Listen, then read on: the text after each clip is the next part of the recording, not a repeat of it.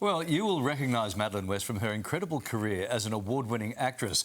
After all, she did appear in Australia's longest-running soap, Neighbours, for close to 550 episodes.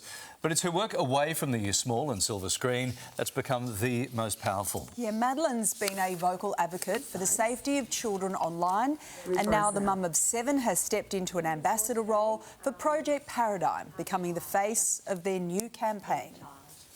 Behaving as a child does is somehow putting themselves at risk. Our society deals with the issue of child sexual exploitation in a vacuum, shrouded in a conspiracy of silence. We pretend it doesn't happen. We sweep it under the rug. We know traditionally the stats show us that 1 in 3 girls, 1 in 5 boys will be exposed to unwarranted, unconsensual sexual contact with an adult whilst under the age of 18. A child can never consent. And we welcome Madeleine West, who is live with us from Brisbane this morning. Welcome back to you. Madeleine, Project Paradigm is launching a new resource today. It's just so important, this work. It's in partnership with the Australian Federal Police. Can you take us through the campaign first off?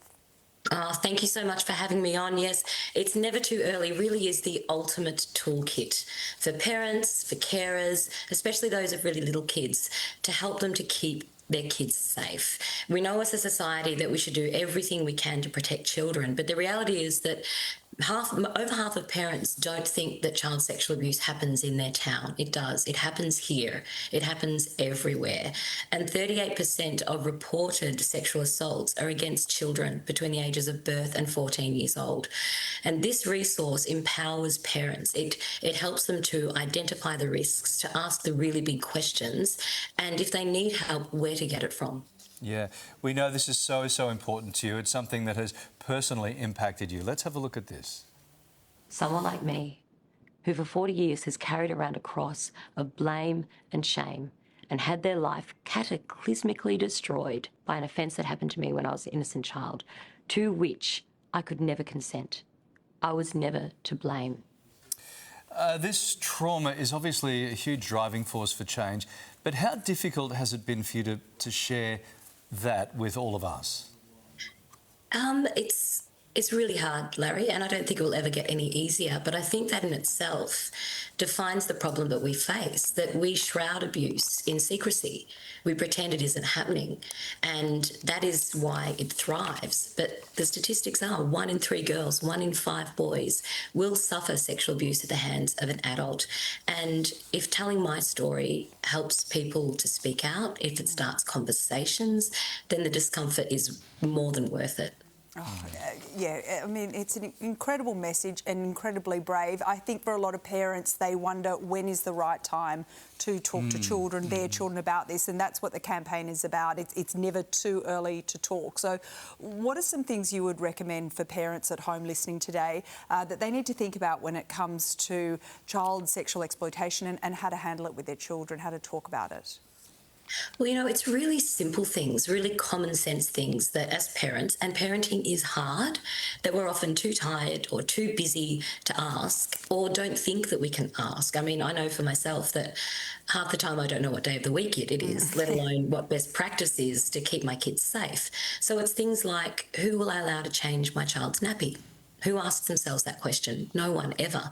But it's really important. A child is so vulnerable in that situation.